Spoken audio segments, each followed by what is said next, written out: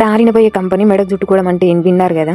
ఇప్పుడు నా సిచ్యువేషన్ కూడా అట్లనే. ఇక్కడికి వచ్చి ఉన్నదే దరిద్రం అని అంటే ఇంకా అందులో ఇంకా దరిద్రమైన పరిస్థితులు వస్తాయన్నమాట. అట్లా నేను వర్క్ చేసే స్టోర్ లో రోజు మార్నింగ్ ఒక డెలివరీ అనేది కంటైనర్ లో వచ్చింది.